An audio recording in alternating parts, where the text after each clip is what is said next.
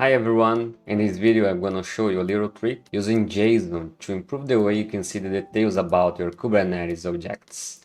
Let's go together. To show you this trick, let's open my terminal to show you my Kubernetes cluster. Here I have a simple kind cluster running on my machine with 3 nodes.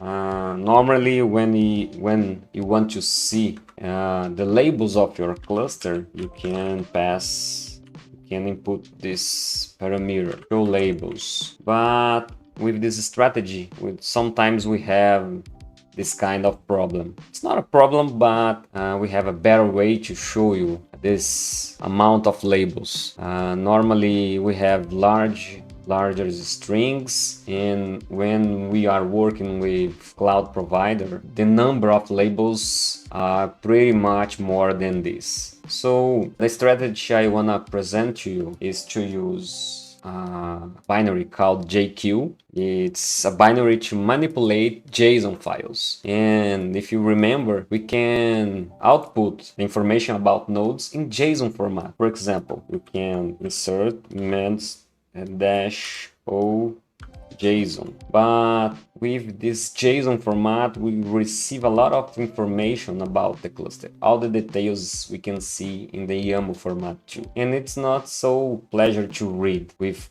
all of that information. And remember, what we want, it's only the labels. So with JQ, we can construct a command to filter what we want to show in the terminal. Let's see what we can do with this strategy. So that's the command. We use pipe to pass the output to JQ to manipulate and show me only the items, metadata, and filter only for name and labels. So we have this colorful output with all the labels, the name of the nodes, and the label of each node. You can use this strategy to filter all kinds of fields in the JSON, in the YAML format. If you know the place where the item you want, you can write this command as you want to show you what you want. I'm gonna let some references here in the video. These